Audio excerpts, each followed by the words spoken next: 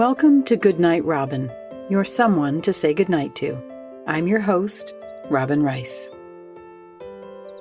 Tonight's episode is sponsored by our patrons. Now, who are they? They are those of you who have made a one-time donation or who are offering $8 a month as a monthly support to help this podcast go out into the world to find its way, not only through its production and putting it all together, but also sharing it and finding ways to get exposure in the world. Our patrons are so important to us, and I just really want to thank you. You're making this happen. If you would like to be a patron, go to goodnightrobin.com/patron to learn more. Tonight, I want to talk about the 7 types of loneliness. This comes from researcher Gretchen Rubin of the Happiness Project, and I've never really thought about there being 7 types, and I'm sure there's probably a lot of types, but she talked about this in a Psychology Today article, and I thought about it, and I thought, well, this actually has some good news with it, and I'll tell you why in a minute. So she identifies new situation loneliness. You're in a new city. I've certainly experienced that before, maybe at a new school, she says. And the second type is I'm different loneliness. And so you feel like you're different from everybody else around you. The no sweetheart loneliness is the number 3. I have certainly felt no sweetheart. I like to say, when I have a sweetheart in my life is sweet. And when I don't, it's okay, but it's not as sweet. I'm a deep connector, so that would be the kind that I have more often than anything else, certainly. Number 4 is no animal loneliness. And, people who are deeply connected to their animals can feel loneliness if they don't have one or aren't near their animals, especially if they're in the hospital or something like that, if they've lost their animal.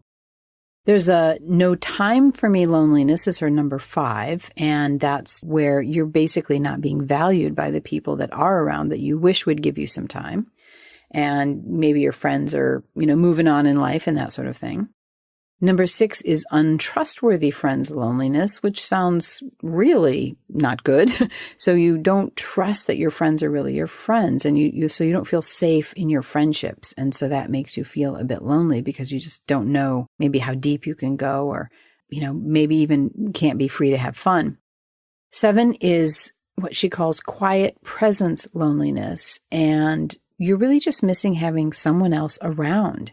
And you might have, lots of people around in other situations, but you go home at night and you just don't have someone else around. And I mean, that's really what Goodnight Robin is about, right? You're someone to say goodnight to, is to have me here in proxy. I mean, only in your ears, but I'm here, and trying to work with that quiet presence loneliness and just having someone there.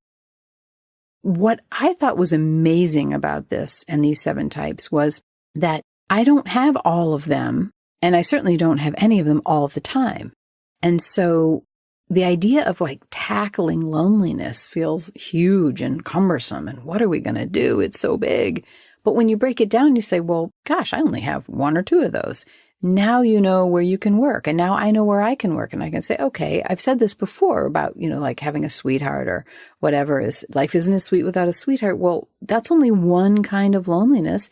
So when I don't have a sweetheart, and there have been times in my life when I've had very long-term relationships and I've been in them and enjoyed them and loved being in them. And then there's been times when I've been single, sometimes dating, sometimes not dating, but putting all of that together is like, okay, well, all I need to know is that right now, the only loneliness I'm really feeling is my sweetheart loneliness. I'm not feeling loneliness for my dog or feeling lonely in a crowd and those kinds of things. That's not happening. And I don't know about you, but that makes me feel like loneliness is a little less daunting.